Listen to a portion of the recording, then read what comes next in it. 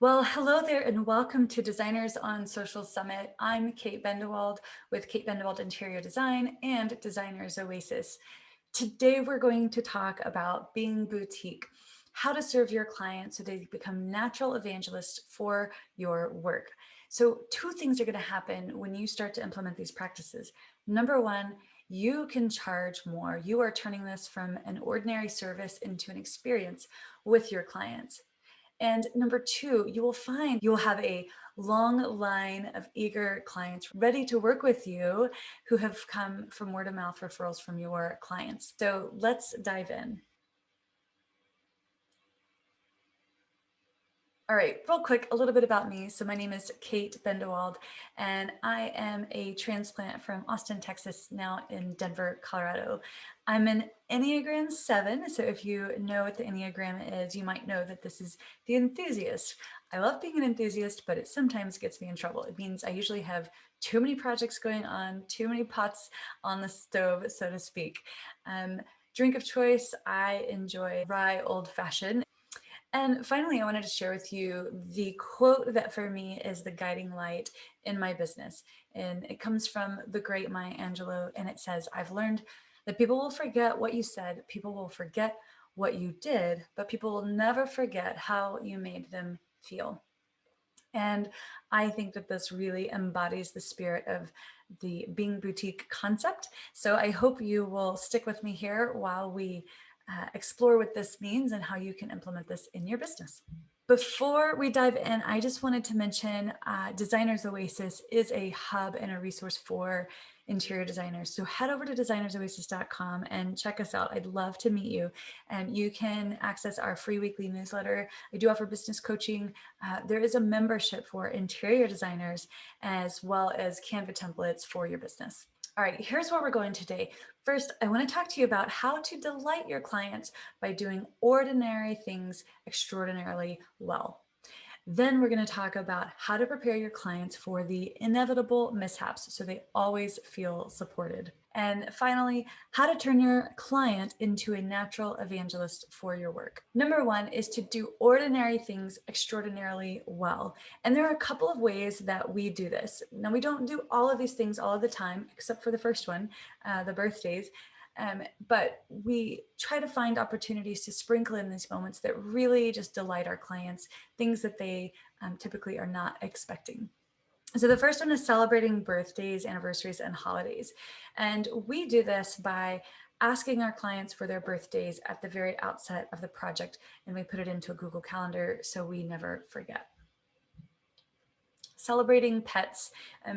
Don't forget your clients' furry friends are just as meaningful to them as their children oftentimes. And I think so often we get so busy in the design process that we don't acknowledge that piece. And I think it's really special. So this could be things like bringing pet treats when you come to share with their furry friend.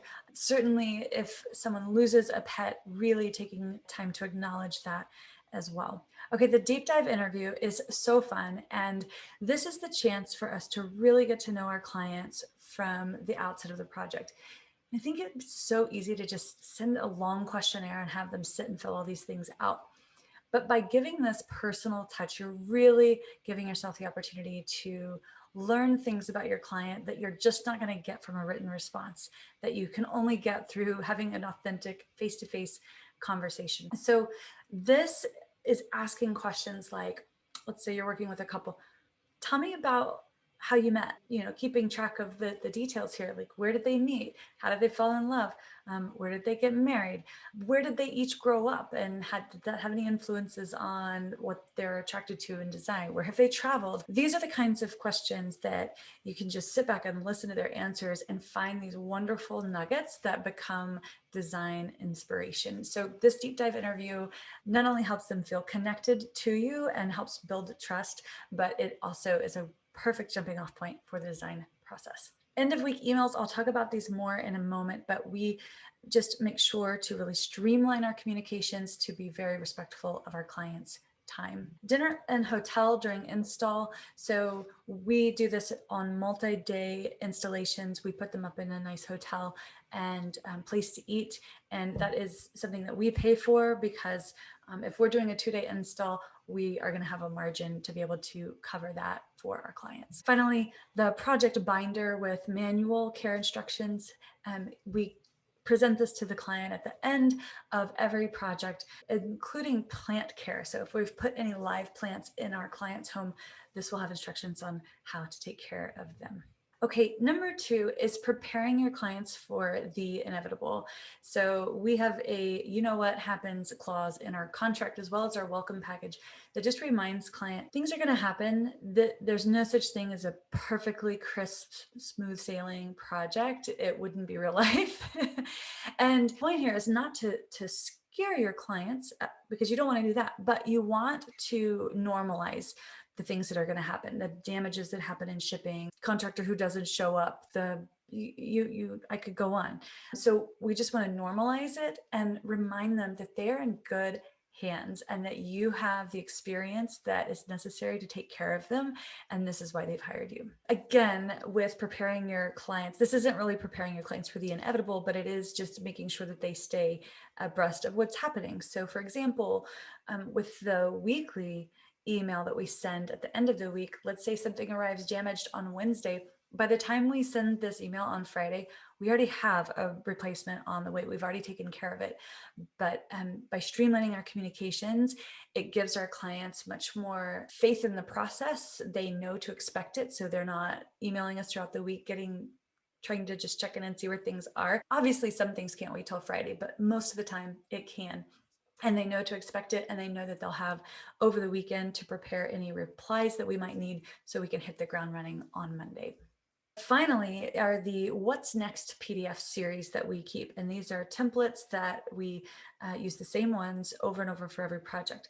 And what happens is after these major milestones, our clients will receive a PDF that just reminds them of what to expect next, right? These are the things that we find ourselves saying over and over and over again to a client. But after each step, this puts them at ease. They know what to expect, and there's really no question about it. I think we sometimes forget that we always know what's happening next, and sometimes that's not always clear for clients. And so you could just really put them at ease and help them trust the process by having these sort of PDFs ready for you to send as well. All right, moving on to number 3, our final point is how to turn your clients into natural evangelists. What you want to do is just remember to stay top of mind to your clients after their project's over. And if you're like me, many of my clients have actually become really dear friends through the design process. So we naturally stay in touch.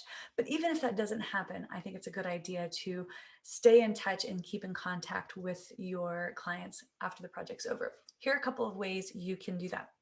One is to follow and interact with them on social media. Now, if you've become friends with them, this is probably pretty simple and you're doing this already. But even if you're not, go ahead and find them and just get connected. All right, throw a cocktail party open house to showcase the project. Obviously, this is a pre-COVID practice, but I know we'll be able to do this again soon. But the idea here is to really hand off the project to your client with a bang. So we do this 2 different ways. One is we do all of the preparations and hosting and cleanup, and the clients pay for just the food and the drinks, but we take care of all of the logistics. But if there was a bigger budget project, then we would cover the cost of the food and drinks there. And remember, this party isn't about you and celebrating and showcasing what you've done. This is really a celebration of your client and their friends and family, and reminding them this is a place where you can expect to make some really amazing memories, and make sure that you make it about your client and that celebration and not about you. Okay, another way that we have done this is to include the family in photo shoots. So many times my clients have said to me after they've gotten these pictures, I've never had a professional photo taken of me and my family, or I have no pictures of me with my kids. It's always me behind the camera taking the pictures, or it's just been years or decades since they've had a professional photo taken at all of their family.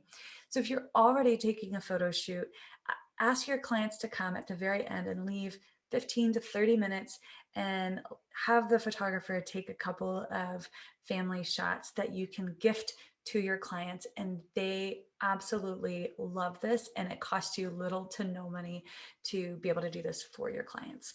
Finally, when giving gifts, we continue to celebrate our clients for years beyond, working together with birthdays and anniversaries, and sometimes it's just a card, but we definitely like to give gifts that keep giving. For example, the family photo is one way that every time they see that family photo, they're going to think of you.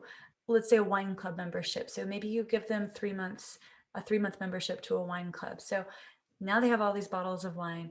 They're having a friend over, they open the bottle and pour it, and they start talking about the wine. And all of a sudden they're asking, where'd you get it? And it's my interior designer gave it to me. And now they're talking about you. It could be a candle, somebody, they have friends over and they comment on the candle. All of a sudden they're talking about you again. So gifts that keep on giving and or conversational just adds to your ability to stay at the top of your clients' minds. All right, I hope you have found this helpful. One last thing I will say before we wrap up here is that it's super important to add some of these things to your documentation for your design process. For example, we use Asana for project management, and this is all of our tasks that have to be done at every stage of the project.